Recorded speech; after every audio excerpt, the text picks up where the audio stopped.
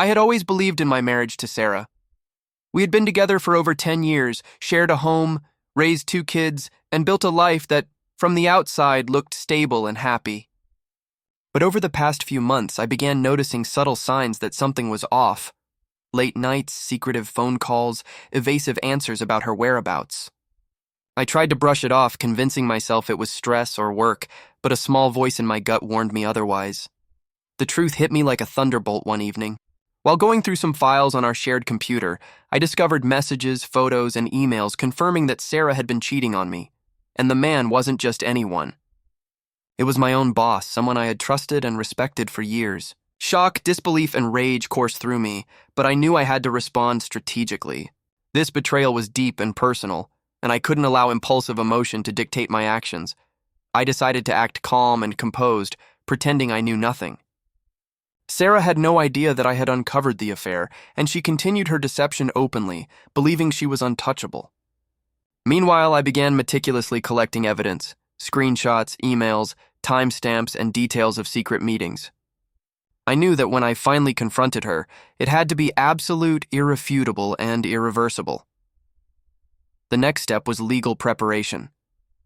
I consulted a lawyer and began filing for divorce, ensuring that custody arrangements for our children would be protected and that financial settlements reflected both the betrayal and the disruption it had caused. The legal documents were ready, and my evidence was airtight, leaving no room for manipulation or denial. Before taking formal steps, I decided on one final act of personal revenge. I confronted Sarah calmly at home, presenting the proof of her infidelity. Her face turned pale as she realized that I knew everything, not just about her affair, but also about its extent and with whom.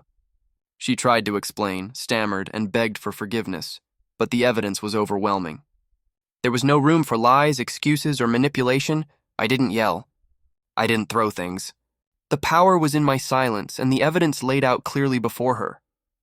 By filing for divorce immediately afterward, I ensured that the consequences were legal, tangible, and irreversible.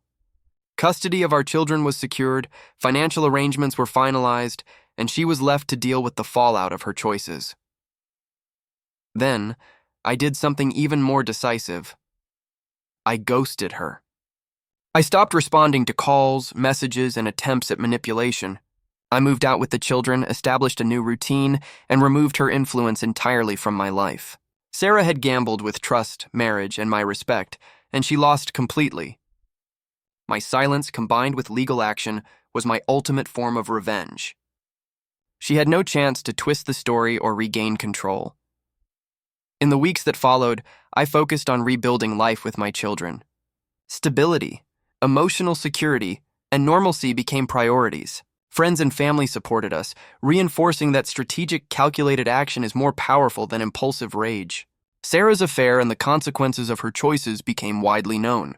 Not through gossip, but through undeniable actions. Divorce, custody arrangements, and her sudden absence from our lives. Looking back, I realized that true revenge isn't about dramatics or shouting. It's about strategy, timing, and control. By pretending not to know, documenting her betrayal, confronting her calmly, filing for divorce, and ghosting her completely, I delivered consequences that were absolute, permanent, and irreversible. Sarah underestimated me, assuming she could cheat with my boss and carry on without repercussions. She was wrong. Her infidelity destroyed her credibility, trust, and place in my life, while I reclaimed control, dignity, and the ability to rebuild a future free from deception. In the end, the affair, the betrayal, and the calculated response became a story of empowerment. I didn't just survive infidelity, I turned it into decisive action, reclaiming my life and ensuring that the consequences of her betrayal were as permanent as the trust she had shattered.